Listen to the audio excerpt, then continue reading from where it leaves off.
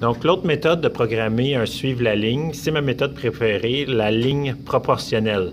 Donc, pour faire ce type de programme-là, vous aurez besoin d'utiliser les blocs mathématiques.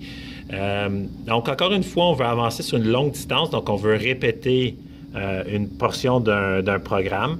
Et là, maintenant, ce qu'on va faire, c'est qu'on va se servir de la valeur qu'on est en train de mesurer. Donc là, c'est une des rares fois qu'on va aller dans les blocs jaunes et on va mesurer l'intensité de lumière réfléchie pour faire un calcul mathématique. Donc, les mathématiques, voyons voir. Ici, on a déjà déterminé que notre seuil, quand notre détecteur est à la moitié sur le blanc et sur le noir, il mesure 41. Quand il est un petit peu trop à droite, il va mesurer plus de lumière réfléchie, parce que le blanc complet, c'est 83. Donc, quand il va être un petit peu plus à droite, il va avoir une valeur, disons, environ de 55.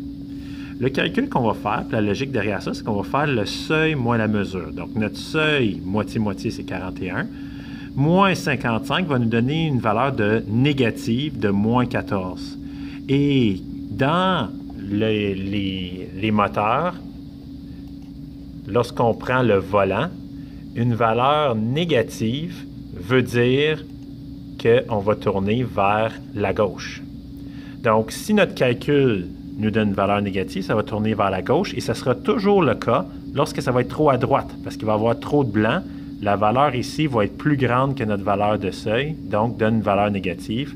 On courbe vers la droite. Pour mettre ça en forme de calcul ici, on va utiliser le bloc rouge et nous, ce qu'on cherche à faire, on cherche à faire une soustraction.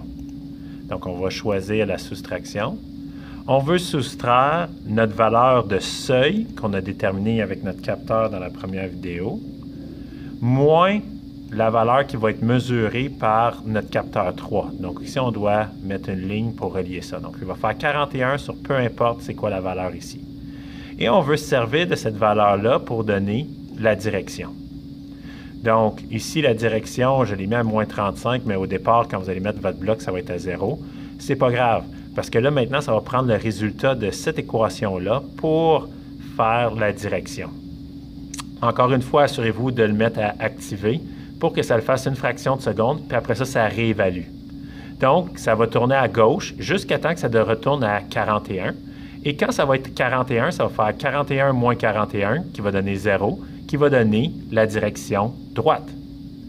Mais là, qu'est-ce qui arrive lorsqu'il va aller trop à gauche?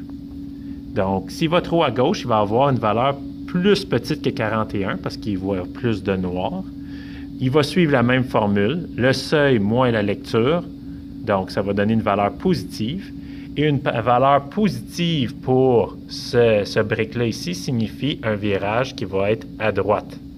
Donc, à ce moment-là, quand il va être trop sur le noir, il va tourner à droite. Donc, peu importe, cette formule-là fonctionne, peu importe s'il va être trop à droite, trop à gauche, ou s'il est directement à la bonne place, il va juste aller en ligne droite.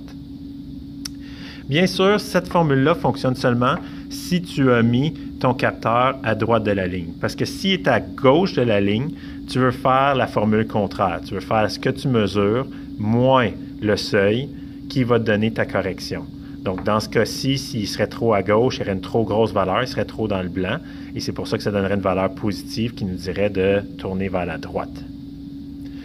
Un autre truc avec ce suivre la ligne-là ici, c'est de mettre une pondération. Peut-être que la correction va être trop grande puis qu'il va faire que le robot, quand il va suivre la ligne, il va faire des zigzags comme ça ici.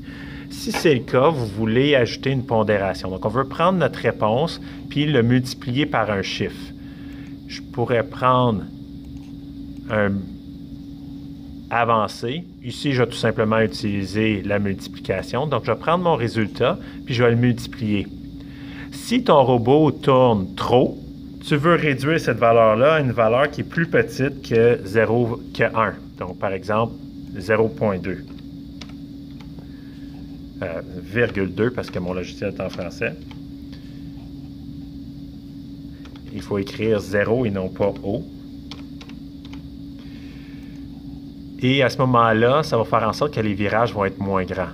Si les virages ne sont pas assez grands lorsque j'avais la valeur de 1, bien là, je peux augmenter la valeur à une valeur plus grande, puis la correction va être plus intense. Donc, je prends ma différence et je la multiplie, je la grossis ou je la diminue pour avoir ce qu'on appelle un suivre la ligne qui serait fluide et non pas saccadé ou qui ne répond pas assez vite. Donc, suivre la ligne proportionnelle.